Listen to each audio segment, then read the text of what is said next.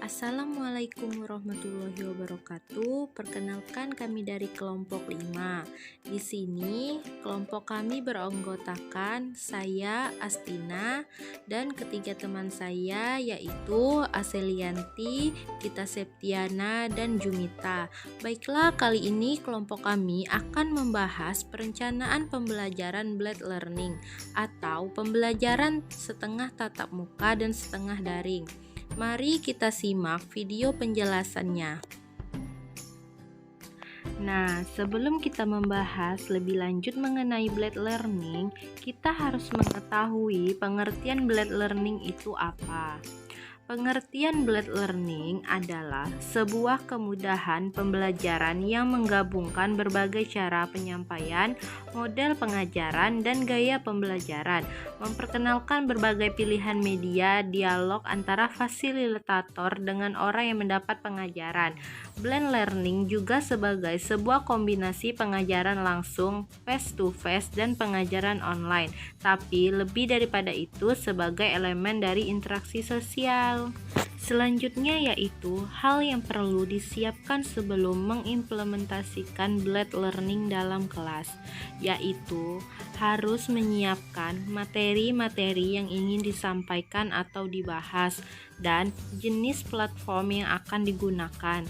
Tidak jarang, pendidik juga perlu memberikan tutorial penggunaan platform yang akan digunakan, karena tidak semua peserta didik sudah mahir dalam mengoperasikannya.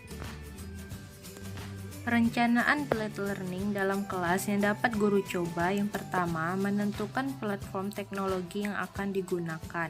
Model pembelajaran blended learning memanfaatkan sisi positif dari perkembangan TIK. Oleh karena itu, menentukan platform teknologi yang akan digunakan adalah langkah awal yang sangat menentukan bagi guru. Pemilihan platform sangat berpengaruh terhadap cara penyampaian materi belajar dari guru kepada murid di dalam kelasnya.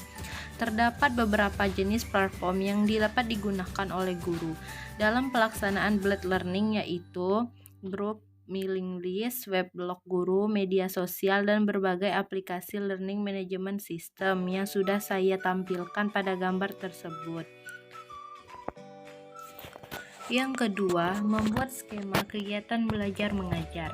Setelah guru menentukan platform yang akan digunakan, langkah selanjutnya yaitu membuat skema kegiatan belajar mengajar.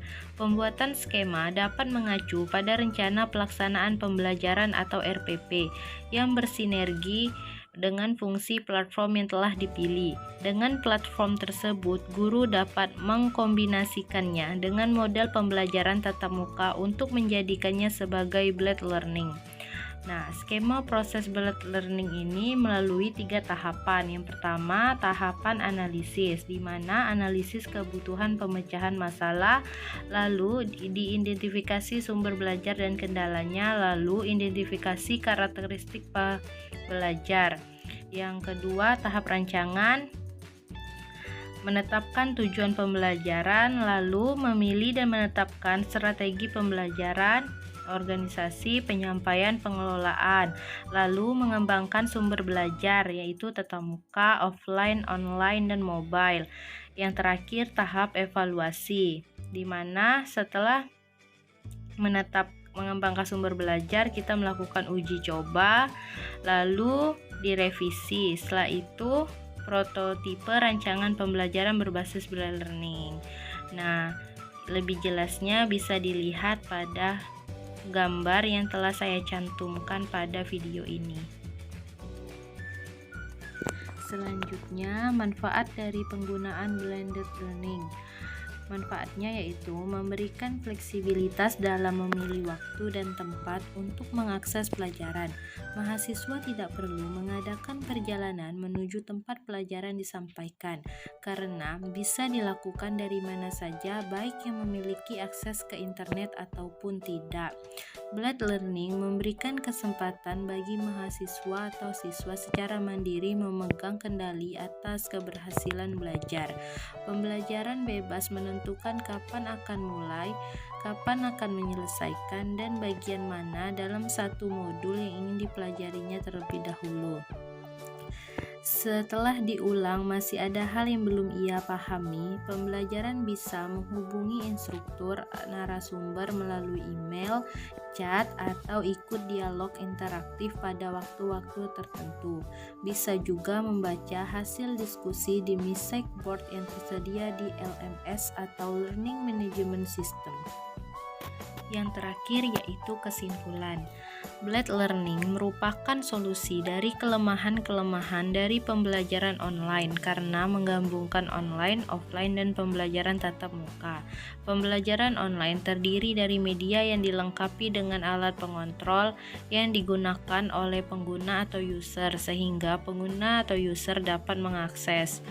Adapun media offline tidak dilengkapi dengan alat pengontrol yang dapat digunakan oleh pengguna atau user yang tidak perlu terkoneksi dengan jaringan internet, misalnya materi bentuk tutorial dalam bentuk CD atau media yang sudah dibuat melalui aplikasi yang bisa digunakan oleh siswa tanpa terkoneksi pada jaringan internet.